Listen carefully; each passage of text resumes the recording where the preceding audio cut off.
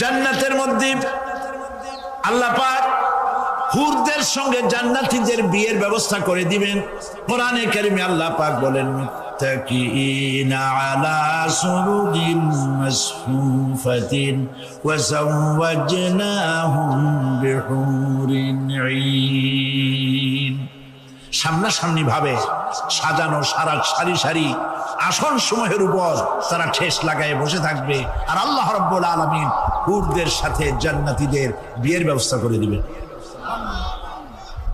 যেসব হুরের সঙ্গে বিয়ে হবে তাদের আল্লাহ পাক বিবরণ দিচ্ছেন কি রকম হবে তারা। লাম ইয়াতমিসহুন্না ইনসুন ওয়ালা জান। এর পূর্বে জিন এবং ইনসান এদেরকে কেউ স্পর্শ করে নাই। কি রকম তারা? কাআন্নাহুন্নাল ইয়াকুতু ওয়াল মারজান। যেমন ঝিনুকের ভিতরে মণিমুক্তা থাকে, এইভাবে আল্লাহ পাক তাদেরকে পবিত্র করে রেখে দিয়েছেন। আমার প্রিয় ভাইরা, আল্লাহ রাব্বুল আলামিন কোরআনে কারীমের ভিতরে বলেছেন ফাবিআইয়ি আলা'i রাব্বিকুমা তুকাযযিবান। জান্নাত দান করে আল্লাহ পাক এবার জান্নাতীদেরকে সম্বোধন করে বলবেন ইয়া ইবাদি লা খাউফুন আলাইকুমুল ইয়াওমা ওয়ালা আনতুম তাহজানুন। হে আমার বান্দারা, লা খাউফুন আলাইকুমুল ইয়াওম, আজ আর কোনো ভয় নাই। সুবহানাল্লাহ সুবহানাল্লাহ। আজ আর কোনো ভয় নাই, কোনো চিন্তাও নাই, আরামে এই জান্নাতের মধ্যে বসবাস করো। এরপরে আল্লাহ পাক জিজ্ঞেস করবেন ও আমার জান্নাতীরা, আমি যেসব ওয়াদা করছিলাম আমার ওয়াদা মোতাবেক সমস্ত নিয়ামত পেয়েছো? তারা বলবে হ্যাঁ পেয়েছি, সব নিয়ামত আপনার ওয়াদা মোতাবেক সব পেয়েছি। আল্লাহ রাব্বুল আলামিন বলবেন সব পাও নাই, ওয়ালাদাইনা মাজিদ, আমার কাছে আরো বেশি আছে। সুবহানাল্লাহ, আমার কাছে আরো বেশি আছে। জান্নাতীরা বুঝবে না সে আরো বেশিটা কি, এর থেকে আর বেশি কি। প্রিয় ভাই সব, নবী করিম সাল্লাল্লাহু আলাইহি সাল্লাম বলেছেন জান্নাতের সুখ আর শান্তি কোন চোখ নাই যা দেখেছে, যা কোন অন্তঃকরণ নাই যা কল্পনা করতে পেরেছে। এই জান্নাত মুত্তাকিদের জন্য আল্লাহ রাখছেন। সুবহানাল্লাহ। জান্নাতীরা ভাবতেও পারবে না সেই নিয়ামতগুলি কি।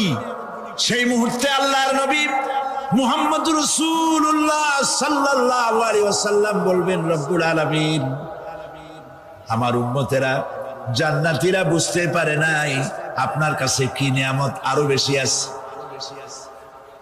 আমার এই উম্মতেরা জান্নাতীরা আপনার ওয়াদা মোতাবেক সব পেয়েছে, কিন্তু একটি জিনিস এখনো তাদের কিসমতে হয় নাই। সেই জিনিসটা হলো যারা তার রবকে না দেখে শুধু কোরআন আর হাদিসের কথা শুনে আরামের ঘুম হারাম করে তাহাজ্জুদের নামাজ আদায় করেছিল, চোখের পানি ফেলেছিল। যারা জান্নাত দেখে নাই, জাহান্নাম দেখে নাই, আপনাকে ভয় করে যারা জীবন পরিচালনা করেছিল, যারা আপনাকে দেখে নাই, না দেখে শুধু কোরআন হাদিস বিশ্বাস করে যারা অকাতরে নিজেদের জীবন বিলায় দিয়েছিল, এই জান্নাতীরা এখন পর্যন্ত তার রবকে দেখতে পারে নাই। আল্লাহ রাব্বুল আলামিন তার সামনে থেকে ৭০,০০০ পর্দা সরে যাবে। আল্লাহ পাক বান্দাদের আরজি পুরা করার জন্য জান্নাতীদের সামনে তিনি জালোয়া ফরজ হবে। কোরআন শরীফের ভিতরে আল্লাহ পাক বলেন জান্নাতীরা তারা আল্লাহর দিকে, জান্নাতীরা তার রবের দিকে তাকিয়ে থাকবে, আর রব তার বান্দাদের দিকে তাকায়া থাকবে। প্রাণ ভরে জান্নাতীরা রবকে দেখবে। সুবহানাল্লাহ, আল্লাহ পাককে দেখবে। প্রাণ খুলে আজ দোয়া করি রব্বুল আলামিন জান্নাতের যেই পরিবেশে যেই জায়গায় তুমি দয়া করে তোমার গোলামদেরকে তুমি নিজেই দর্শন দিবে, দেখা দিবে। মনিব গো, ও আমাদের রব, আজ এই বিশাল জনসমুদ্র নিয়ে তোমার দরবারে আবেগ ভরা কণ্ঠে বলি, যে অনুষ্ঠানটি তুমি এমন মুবারক অনুষ্ঠান করবে যেখানে তুমি জান্নাতীদেরকে দেখা দিবে, ওই জান্নাতের কোন একটি, ওই অনুষ্ঠানের কোন একটি কোনায় কানায় আমাদেরকেও দাঁড় করাইয়া দেখার তৌফিক। আল্লাহ রাব্বুল আলামিন মানুষের সামনে এত সব নিয়ামত রেখেছেন, এই জান্নাত দান করবেন। এরপরে আল্লাহ রাব্বুল আলামিন কোরআনে কারীমের মধ্যে বলেছেন, রব্বিস সামাওয়াতি ওয়াল আরদি ওয়া মা বাইনাহুমার রাহমানি লা ইয়ামলিকুনা মিনহু খিতাবা। এসব পুরস্কার রয়েছে তোমাদের সেই রবের পক্ষ থেকে যিনি আকাশ আর জমিনের মালিক। সুবহানাল্লাহ বলবেন না? যার সামনে কথা বলার ক্ষমতা কারো হবে না। এটি একটি মারাত্মক কথা। কিয়ামতের দিন আল্লাহর দরবারে কেউ কথা বলতে পারবে না আল্লাহর নির্দেশ ছাড়া। একটি আকীদা পরিষ্কার করে নিয়ে যান আপনাদের। সে আকীদাটা এভাবে পরিষ্কার করুন, কোন পীর সাহেব, কোন খাজা বাবা, কোন মাওলানা, কোন মুহাদ্দিস, কোন বুজুর্গ আপনাকে সুপারিশ করতে পারবে না যদি না আল্লাহ পাক তাকে কথা বলার তৌফিক না দেন। মনে থাকবে এটা। আয়াতুল কুরসির ভিতরে আমরা পড়ি, মান যাল্লাযী ইয়াশফাউ ইনদাহু ইল্লা বিইজনিহি। আল্লাহ পাক বলেছেন কিয়ামতের দিন আল্লাহর দরবারে কার সাহস আছে কথা বলতে পারে? মান যাল্লাযী ইয়াশফাউ ইনদাহু ইল্লা বিইজনিহি। আল্লাহর অর্ডার ছাড়া, হুকুম ছাড়া আল্লাহর সামনে কথা বলা সেদিন কেউ থাকবে না। সুবহানাল্লাহ। কেউ কথা বলতে পারবে না। সুপারিশ করতে হবে আল্লাহ যারে বলেন তুমি করো, অমুকের জন্য করো, সেই ব্যক্তি শুধু তার জন্যই করতে পারবে, আর কেউ কথা বলতে পারবে না। সেই কঠিন হাসরের ময়দান, যেদিন শুধুমাত্র আল্লাহ পাক কথা বলবেন, আর যারে বলতে বলবেন সেই কেবলমাত্র বলতে পারবে। সুপারিশ এটি আল্লাহ পাক কিয়ামতে পারমিশন দিলে বলা যাবে।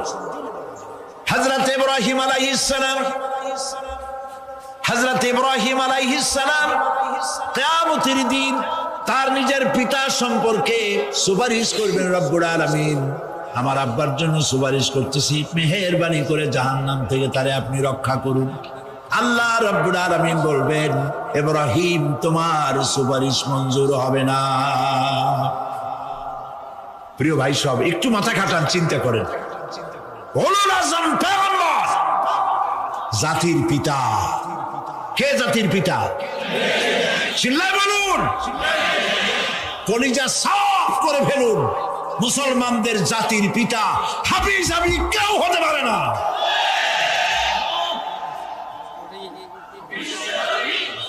মিল্লাতা আবিকুম ইব্রাহিম। ইব্রাহিম আলাইহিস সালাম এই মিল্লাতের পিতা। সুবহানাল্লাহ। হযরত ইব্রাহিম আলাইহিস সালাম কিয়ামতের দিন বলবেন, আল্লাহ আমার আব্বার জন্য সুপারিশ করছি। আল্লাহ পাক বলবেন মঞ্জুর হবে না। আজর তোমার পিতা হতে পারে, কিন্তু আমার খলিলকে আগুনে ফেলার জন্য নমরুদকে সে সহযোগিতা করেছে, আমি তোমার পিতাকে ক্ষমা করব না। নবী করিম সাল্লাল্লাহু আলাইহি সাল্লামকে সাহাবায়ে কেরাম জিজ্ঞেস করেছেন, হে রাসূল, আপনার আব্বা এবং আম্মার অবস্থা কি হবে? নবী করিম সাল্লাল্লাহু আলাইহি সাল্লাম কেঁদে ফেলেছেন, সব বলেছেন, আমি তাদের কোনো উপকারে আসব না। আল্লাহু আকবার।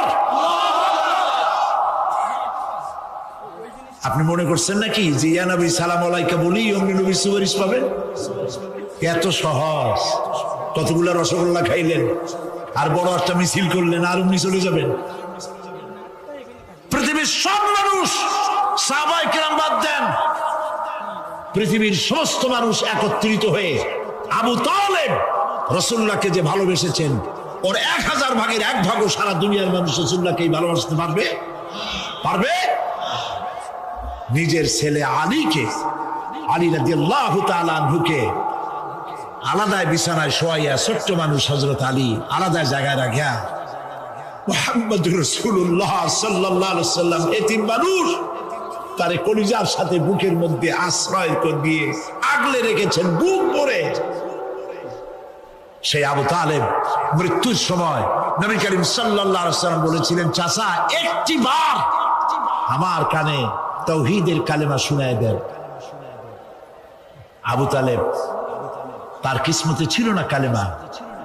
মরে যাওয়ার পর একজন সাহাবী বলেছিলেন, ইয়া রাসূলুল্লাহ,